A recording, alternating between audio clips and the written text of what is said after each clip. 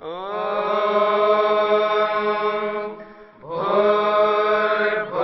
स्वः तत्सवितुर्वरेण्यं भर्गो देवस्य धीमहि धियो यो नः प्रचोदयात्।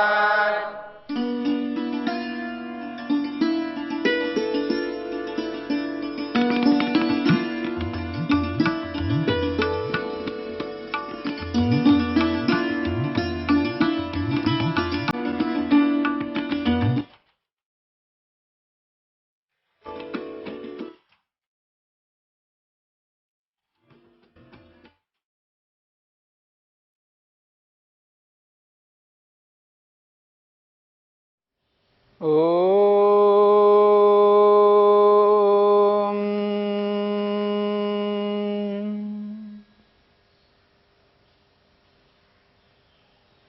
योग विद्या के अंतर्गत एकाग्र अवस्था में प्राप्त होने वाली समाधियों की चर्चा चल रही है। एकाग्र अवस्था में 4 प्रकार की समाधियां प्राप्त होती हैं। पहली समाधि का नाम वितर्क समाधि, दूसरी समाधि का नाम विचार समाधि, तीसरी समाधि का नाम आनंद समाधि, चौथी समाधि का नाम अस्मिता समाधि। इन 4 समाधियों में से पहली समाधि में 5 महाभूतों का साक्षात्कार होता है। दूसरी समाधि में 5 तन्मात्राओं का साक्षात्कार होता है। तीसरी समाधि आनंद समाधि है। आनंद समाधि में 5 ज्ञानेंद्रियों का साक्षात्कार होता है। 5 ज्ञानेंद्रियों के विषय में आपने सुना है। इसी आनंद नामक समाधि में 5 कर्मेंद्रियों का भी साक्षात्कार होता है। ज्ञानेंद्रियों को इसलिए ज्ञानेंद्रियां कहते हैं क्योंकि उनके माध्यम से ज्ञान, जानकारी प्राप्त होती है। कर्मेंद्रियों को कर्मेंद्रियां इसलिए कहते हैं जिनके माध्यम से हम कर्म करते हैं, वो भी साधन है। जैसे ज्ञानेंद्रियां इंस्ट्रूमेंट के रूप में काम कर रही हैं, उसी रूप में कर्मेंद्रियां भी काम कर रही हैं। इन 5 कर्मेंद्रियों में पहली इंद्रिय है वागेंद्रिय, जिससे हम बोलते हैं, जो वाणी का प्रयोग करते हैं। जो भी हम बोल रहे हैं वो वाग इंद्रिय के माध्यम से बोल रहे हैं। दूसरी इंद्रिय है हस्तेंद्रिय, हाथों से हम नाना प्रकार के कर्मों को करते हैं, इसको हस्तेंद्रिय कहते हैं। तीसरी इंद्रिय है पादेंद्रिय, जिनसे हम चलने आने जाने का कार्य करते हैं। चौथी इंद्रिय है मूत्रेंद्रिय, जिससे मूत्र विसर्जन का कार्य करते हैं। 5वीं अंतिम कर्मेंद्रिय है गुदा इंद्रिय, जिससे हम मल त्याग का कार्य करते हैं। तो ये 5 कर्मेंद्रियों से हम 5 प्रकार के कर्मों को करते रहते हैं। इन 5 कर्मेंद्रियों को भी हम अंदर से ही मन के माध्यम से साक्षात्कार करते हैं। इन 5 कर्मेंद्रियों को आनंद नामक समाधि के माध्यम से साक्षात्कार करते हैं। इसी आनंद नामक समाधि से एक और पदार्थ का साक्षात्कार करते हैं, जो महत्वपूर्ण पदार्थ है, जिनके माध्यम से प्रातःकाल से लेकर के रात्रि में सोने तक और सोते वक्त भी निरंतर कार्य करते हैं। उस पदार्थ का नाम है मन। वो जो मन है, जिस मन के साथ आज हम जी रहे हैं, जिस मन को हम समझ नहीं पा रहे हैं, ऐसे उस मन को भी योगी समाधि के माध्यम से साक्षात्कार करता है। एकाग्रता नामक जो अवस्था है, मन की चौथी अवस्था, जिसके माध्यम से जो समाधियां लग रही हैं, उन्हीं ही समाधियों में आनंद नामक जो तीसरी समाधि है, इस समाधि में मन का भी साक्षात्कार होता है। मन का भी दर्शन होता है। जैसे मैं और आप एक दूसरे को हम देख रहे हैं, आंखों से देख रहे हैं, जैसे मन के माध्यम से 5 महाभूतों को और 5 तन्मात्राओं को देखता है मन के माध्यम से, कर्मेंद्रियों को, ज्ञानेंद्रियों को मन के माध्यम से देखता है, मन को भी मन के माध्यम से जीवात्मा देखता है। मन का भी दर्शन होता है, साक्षात्कार होता है। मन के अंदर भी रंग रूप आकार प्रकार सब कुछ है। 5 महाभूतों के भी आकार प्रकार हैं, लेकिन जो आंखों से, बाह्य इंद्रियों से दिखाई नहीं देते। ज्ञानेंद्रियों के भी है, कर्मेंद्रियों के भी है, ऐसा ही मन के भी है। बहुत सारे गुण बहुत सारे पदार्थों में हैं, ऐसे ही मन के अंदर भी बहुत सारे गुण हैं। तो मन का भी दर्शन योगी, योगाभ्यासी मन के माध्यम से ही अंदर अपने अंदर उसका साक्षात्कार दर्शन करता है। और इसी आनंद नामक समाधि के माध्यम से अहंकार नामक तत्व का भी साक्षात्कार करता है। अहंकार एक तो हम ईगो को लेकर के बोलते हैं, जिसको हम घमंड के नाम से भी बोलते हैं। वो ईगो जो घमंड है वो एक अलग बात है, वो एक अविद्या है, वो एक मूर्खता है, वो एक अज्ञान है। ना समझने के कारण से व्यक्ति ऐसा घमंड करता है, ईगो करता है। ज्ञान की कमी के कारण से वो करता है, वो एक ज्ञान रूप में है। पर यहां अहंकार एक तत्व है, एक पदार्थ है, एक वस्तु है, एक चीज है। तो जैसे मन का साक्षात्कार आनंद नामक समाधि के माध्यम से करता है, उसी प्रकार अहंकार नामक तत्व से भी व्यक्ति ये एहसास करता है कि मैं हूं। मन के माध्यम से मन के अलग प्रकार के कार्य हैं, कर्मेंद्रियों के, ज्ञानेंद्रियों के अलग अलग विषय है। ऐसे ही अहंकार नामक तत्व का भी विषय है अनुभूति कराना, आत्मा को ये एहसास कराना कि मैं एक आत्मा हूं, मैं हूं। इसका जो अनुभव आत्मा करता है वो साधन के माध्यम से करता है, स्वयं स्वतः नहीं कर पाता है। उसके पास इतना सामर्थ्य नहीं है कि वो स्वयं किसी साधन के बिना अनुभव कर सके। जैसे बिना आंखों के किसी रूप को हम देख नहीं सकते हैं, आंखों के होते हुए भी आंखों के अंदर अगर कमी है, कोई त्रुटि है, तो चश्मा लगा करके व्यक्ति किसी रूप को देखता है। बिना साधन के किसी भी वस्तु को हम नहीं देख पाते हैं, नहीं समझ पाते हैं। देखना हो, समझना हो, एहसास करना हो, कोई ना कोई हमें साधन चाहिए। ठीक इसी प्रकार से आत्मा की अनुभूति भी करना है, आत्मा को स्वयं की अनुभूति करना है, मैं हूं इसका एहसास आत्मा को होना है, तो उसके लिए भी एक साधन चाहिए। उसका नाम है अहंकार। अहम करोति इति अहंकारा, जो अहम का अनुभव कराता है या हम की अनुभूति करता है, उसका नाम अहंकार है। यानी अहंकार के माध्यम से हम स्वयं का अनुभव करते हैं।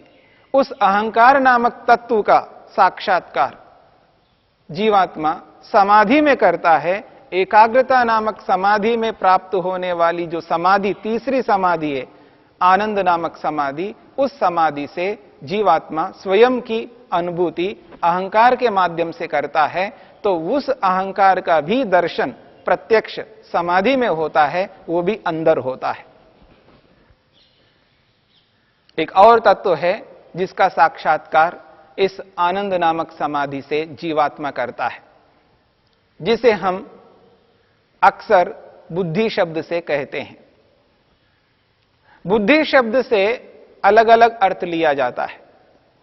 जैसा कि प्रारंभ में मैंने आपके सामने बुद्धि शब्द से एक अर्थ जो लिया जाता है मन, बुद्धि शब्द से मन अर्थ भी लिया जाता है। पर यहां जो बुद्धि है वो बुद्धि एक तत्व है, एक पदार्थ है, और वो मन से भिन्न पदार्थ है, अलग पदार्थ है, जिसको यहां पर बुद्धि कहा गया है। उसी बुद्धि को योग में महतत्व शब्द से भी कहा है। महतत्व एक ऐसा पदार्थ है जिसके माध्यम से हम आज तक जितने भी निर्णय किए हैं और भविष्य में जितने भी निर्णय करेंगे, ये उसी महतत्व नामक तत्व से, उसी महतत्व नामक पदार्थ से हम निर्णय करते हैं। जो भी निर्णय हमको करना है उसी तत्व से, उसी पदार्थ से हम निर्णय करते हैं। यानी निर्णय करने का काम महतत्व का है, जिसको बुद्धि शब्द से भी कहते हैं। तो वो जो बुद्धि नामक तत्व महतत्व है, उसका भी दर्शन इसी आनंद नामक समाधि से जीवात्मा करता है। निर्णय करने का साधन, उचित अनुचित, न्याय अन्याय, पाप और पुण्य, अच्छा या बुरा, उत्तम या अनुत्तम, जो भी हम दो प्रकार के विषयों को सामने लाते हैं, ये उत्तम है और ये उत्तम नहीं है, ये धर्म है और ये धर्म नहीं है, ये न्याय है और ये न्याय नहीं है। जहां दो विषय सामने आते हैं, ये भी हो सकता है और ये भी हो सकता है, ये करूं या ये ना करूं, जहां पर भी ये संशय उत्पन्न होता है, द्विविधा उत्पन्न होती है, वहां पर महतत्व का बहुत बड़ा योगदान है, उसकी भूमिका है वहां पर। उसके बिना हम निर्णय नहीं कर सकते कि ये न्याय युक्त है या अन्याय युक्त है। ये जो निर्णय है इसी महतत्व से हम करते हैं, उसी का नाम बुद्धि है। उस बुद्धि नामक महतत्व का साक्षात्कार, दर्शन अंदर ही अंदर मन के माध्यम से जीवात्मा करता है।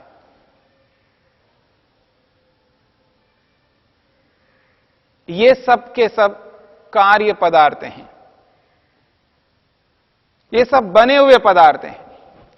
महतत्व रूपी बुद्धि को लीजिए, अहंकार को लीजिए, मन को लीजिए, ज्ञानेंद्रियों और कर्मेंद्रियों को लीजिए, तन्मात्राओं को लीजिए, और ये जो पांच भूतों से ये सारा का सारा ब्रह्मांड बना है, उन पंच महाभूतों को लीजिए।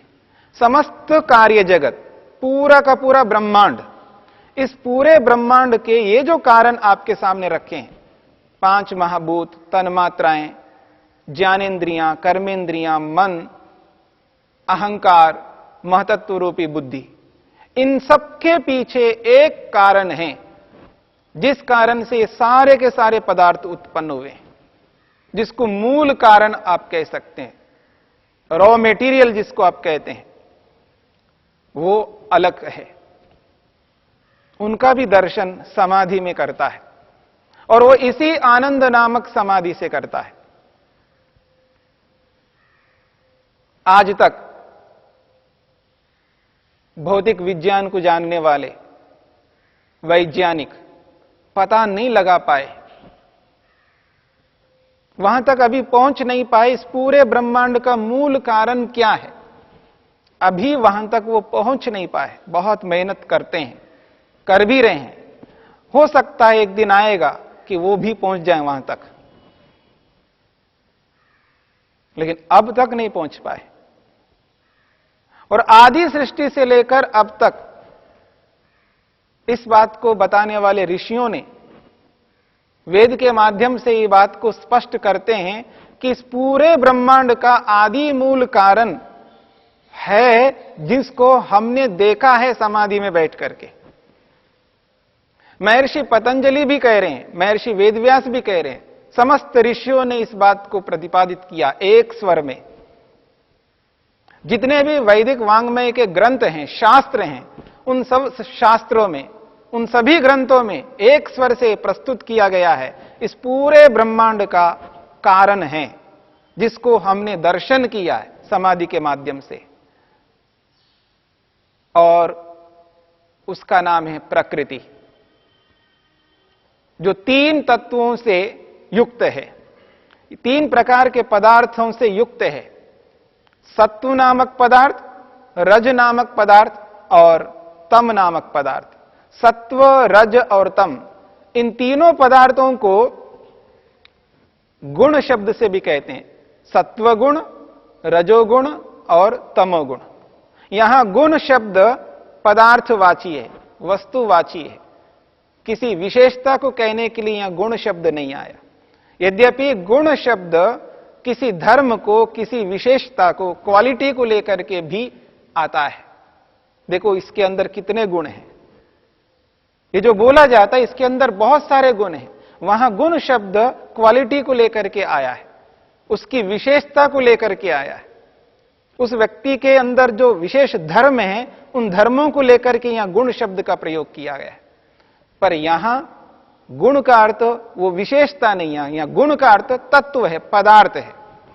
तो सत्व गुण, रजोगुण और तमोगुण, ये तीनों गुण मूल कारण है इस पूरे ब्रह्मांड का। ऐसे उन मूल पदार्थों को, सत्व रज तम नामक तीन तत्वों का दर्शन, साक्षात्कार, प्रत्यक्ष योगी समाधि में करता है, इसी आनंद नामक समाधि में करता है। कितने पदार्थ हो गए देख लीजिएगा। आनंद नामक समाधि में सत्व रज और तम तीन पदार्थ।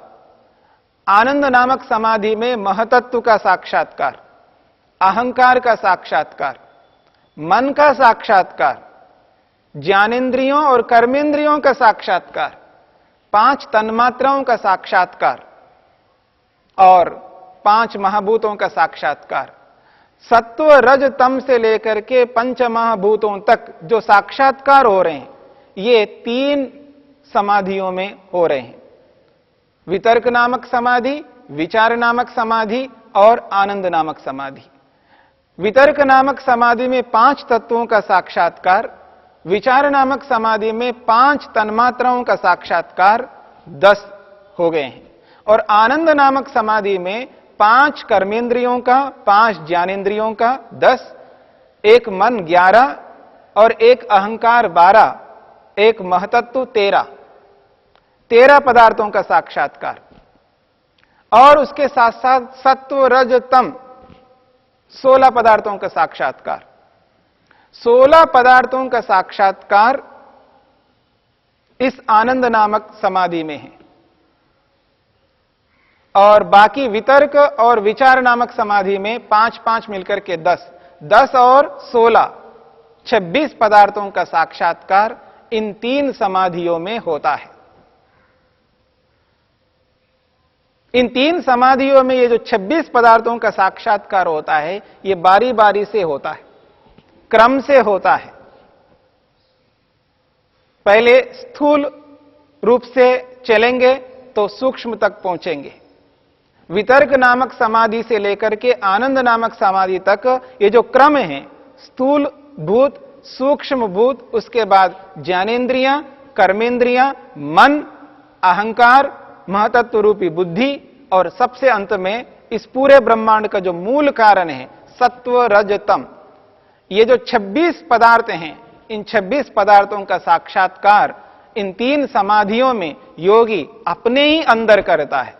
इन 26 प्रकार के पदार्थों के साक्षात्कार के लिए योगी को कहीं और जगह जाने की आवश्यकता नहीं है, अपने ही शरीर के अंदर इन पदार्थों का साक्षात्कार कर लेता है।